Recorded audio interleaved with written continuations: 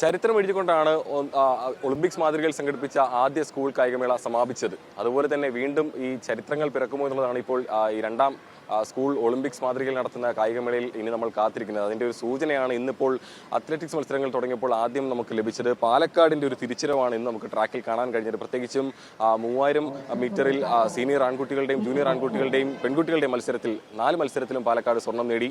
പാലക്കാടിൻ്റെ കരുത്തരായ കായിക താരങ്ങളാണ് ഇപ്പോൾ നമ്മളോടൊപ്പം ഉള്ളത്. ആദ്യം തന്നെ മാഷിലേക്കൊന്ന് പോവാം. പാലക്കാട് തിരിച്ചു വരുവാണ് ട്രാക്കിലേക്കല്ലേ? തീർച്ചയായിട്ടും പാലക്കാട് ഇതുവരെ ഇങ്ങനെയൊരു നേട്ടം ഉണ്ടാക്കിയില്ല. കഴിഞ്ഞ 4 ഇനങ്ങളിലും ദീർഘദൂര ഇനങ്ങളിലും 4 സ്വർണം വാങ്ങിച്ച ചരിത്രം ഇന്നേവരെ പാലക്കാട് ജില്ലയ്ക്ക് ഇല്ല എന്നുള്ളതാണ്.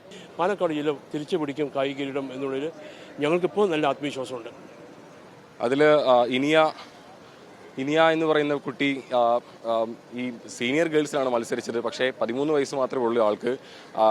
ആ ഒരു ചാലഞ്ചായിട്ട് ഏറ്റെടുത്തതാണോ അതോ ഒരു കോൺഫിഡൻസ് ഉണ്ടായിരുന്നോ? നമുക്ക് കോൺഫിഡൻസ് ഉണ്ടായിരുന്നു, ബെസ്റ്റ് ചെയ്യാം, അങ്ങനെ നല്ല സാറ് നല്ല സപ്പോർട്ടായിരുന്നു.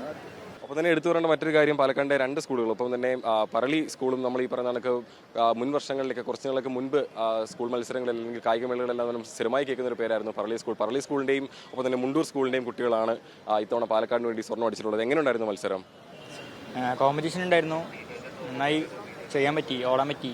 നിങ്ങളൊന്നും ഒരു പക്ഷേ ആ ഒരു ഓർമ്മ കാണത്തില്ല. പണ്ട് പാലക്കാടിൻ്റെ പേര് ട്രാക്കിൽ ഭയങ്കരമായിട്ട് കേട്ടിരുന്ന സമയം ഉണ്ടായിരുന്നു, പാലക്കാടൻ കാറ്റെന്നൊക്കെ, പാലക്കാടൻ കരുത്തെന്നൊക്കെ പറഞ്ഞിട്ട്. നിങ്ങളുടെ ആ കരുത്ത് തിരിച്ചു വരുവാണോ? ഞങ്ങളിവിടെ ആ കരുത്ത് തിരിച്ചു വരും. നല്ല കോമ്പറ്റീഷൻ ആയിരുന്നു. ഒരു ചലഞ്ചിങ് ആയിട്ട് തോന്നിയത് എന്തായിരുന്നു? ഞാൻ എൻ്റെ ബെസ്റ്റ് ചെയ്യണം, അങ്ങനെ എൻ്റെ സാറ് പറയണ പോലെ എല്ലാം കറക്റ്റായി ചെയ്തു. ഒക്കെ സാറായിരുന്നു കൂടെ ഉണ്ടായിരുന്നു. പാലക്കാട് വീണ്ടും ട്രാക്കിലേക്ക് തിരിച്ചു വരികയാണ്. ഒപ്പം വിദ്യാർത്ഥികളും അതിൻ്റെ ആ ഒരു ആവേശം, ആ പാലക്കാടിൻ്റെ കരുത്ത് വീണ്ടും ട്രാക്കിലേക്ക് തിരിച്ചു കൊണ്ടുവരാൻ വേണ്ടി അവരും അഹോരാത്രം പ്രയത്നിക്കുന്നുണ്ട്. തിരുവനന്തപുരത്ത് നിന്നും ദീപകിനൊപ്പം ദേവൻ MP, ന്യൂസ് മലയാളം.